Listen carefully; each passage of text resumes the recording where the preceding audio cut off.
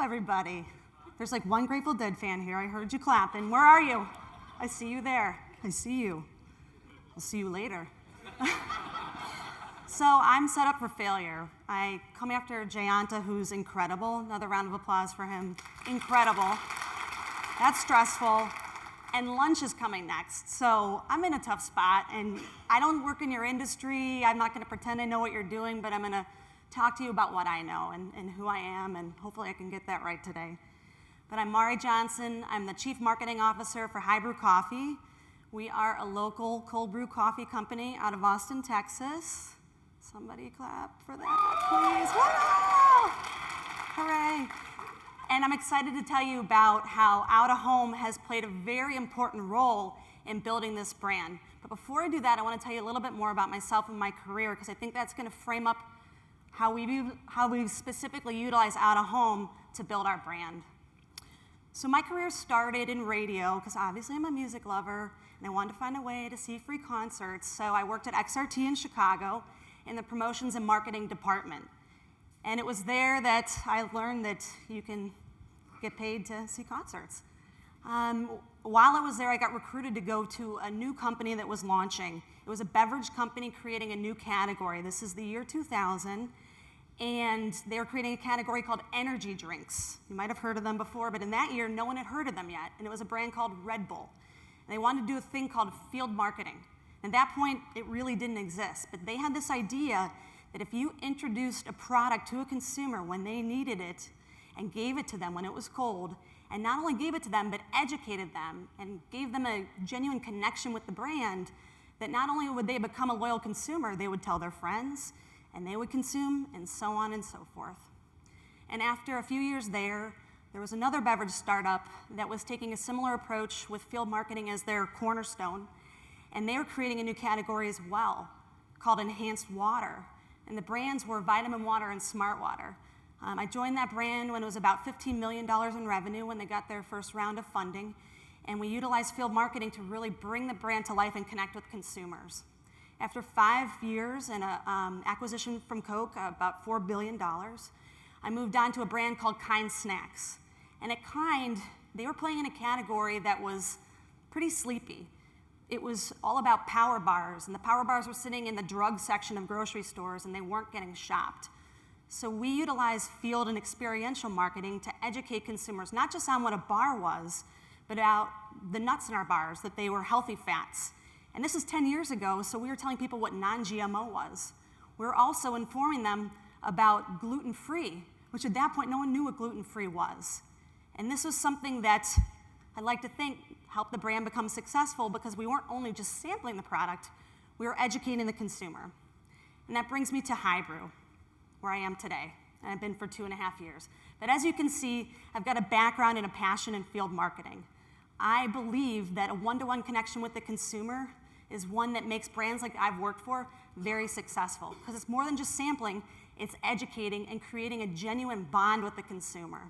But I also know that field marketing cannot stand on its own, and it needs other marketing tools to complement and also scale it. So a little bit more about Brew. The brand is 4 years old. It was founded by a gentleman named David Smith. This is actually his second startup. He founded another Austin brand called Sweet Leaf Tea. Some of you may have heard of it. He founded that brand with his best friend from kindergarten. They built it over 13 years. They made the product themselves. They self-distributed it. And as you can imagine, it was a long 13 years. So when the company got acquired by Nestle, he decided to take a long and much-needed vacation. So he took his wife and his 2 children, who he had seen very little over that course of the Sweet Leaf time, and took a sailing adventure. And so he was the captain. It was a modest boat, and he realized when he was out there that he needed to stay alert. He didn't drink energy drinks, and hot coffee was just too hot in the heat, and iced coffee was just too watered down and ineffective. And that's where he discovered cold brew, and he fell in love with it, and it kept him alert and his family safe. So when he returned to Austin from his sailing adventure, he started to see that there were other cold brews on the market. They were in a glass bottle, they were super expensive, and they required refrigeration. And he thought, okay, these are great, but this is kind of contradictory to what I've learned here about cold brew. I want a product that supports an active on-the-go lifestyle. So he came out with the first canned cold brew that was at an attainable price point and also shelf stable, and that's High Brew. We have 6 flavors. We're coming out with a line of sparkling coffee. You heard me right, this summer. It's delightful. And we have a team of over 80 people who represent the brand, primarily field staff, who are doing the experiential and field marketing, as well as our field sales. Our marketing approach is two-pronged. We've got our ground cover, which I've been talking about, which is our field marketing. That's reaching the consumer at the point of purchase. It's reaching them with their passion points at events, and it's also reaching them at that time of need to experience the function and the occasion. But then there's the air cover, and that's what you guys care about. We actively utilize PR and social media to amplify our message, but the out-of-home is what we care about here. Hey-o. So let's talk about out-of-home. I mentioned I've been with the company for 2.5 years. We're 4 years old. So for a brand like ours to use out-of-home, it's a pretty big deal. It's a huge investment for us.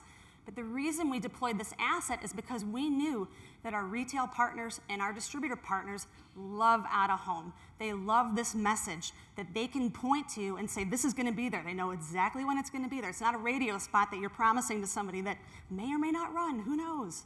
But the out-of-home is there, and they love it. So last year, we did a 7-market media buy. It was a very clean and concise message. The can was the hero, and we had only a little bit of copy. The 2 hero messages were coffee DM and can do, as straightforward as you can get. In some situations, we found opportunities to plug retail partners, and in markets that had bike shares, we would also utilize that and do some ads as well as wrapping the bikes. That was successful for us because we found that it tied the function and the occasion to our brand. Most of the timing around this and the locations were strategic, or so we thought. We picked markets in which we had staff, and we picked timing that was focused around our promotional periods at retail. And the results were good, but they weren't like over the top good. And so when it came time to make our 7th and final media purchase, we knew we needed to do something a little different. So we took an evolved approach. And what we did was we threw the kitchen sink at our activation. We did our media buy, our out-of-home buy, around a special event. And so the event was that anchor point. And the out-of-home was that static message in the way we talked to the consumers. But we complemented it with retail and shopper marketing. We had digital marketing. We had PR. We have this really cool asset called the High Brew Liner. It's a 1952 GMC Touring Trailways bus that we've converted into a mobile coffee shop. We brought that to the event. We utilized social media, and we got the distributor engaged by doing incentives with them. The event was Austin City Limits Festival. This was last September and October. The market was obviously here in Austin. And it was a huge success for us because we rallied everything we had around this one time period. Instead of letting our distributors and retail partners dictate our timing, we chose the event and we rallied around it. And we created an experience for the consumer and a message for the consumer that I would say was pretty much unavoidable from the brand. And the results speak for themselves. So in this period that we had the out-of-home up, which was September and October of last year, versus previous year, we saw a 411% increase in our sales in our home market, our most developed market.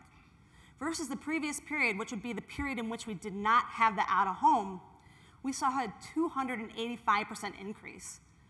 It's pretty amazing. And from a brand perspective, which is the stuff that I'm concerned with, in our most developed market, which was already at 110 brand development index, we saw an increase to 380% during this period. So what did we learn? We learned that field marketing is awesome, right? We learned that field marketing on its own doesn't do so great. We also learned that out-of-home on its own is effective, but when you bring it all together and you take the field marketing, you take the out-of-home, you get the retail team rallied around it and the troops excited about it, you see tangible sales results. And that's what I have for you. Thanks, y'all.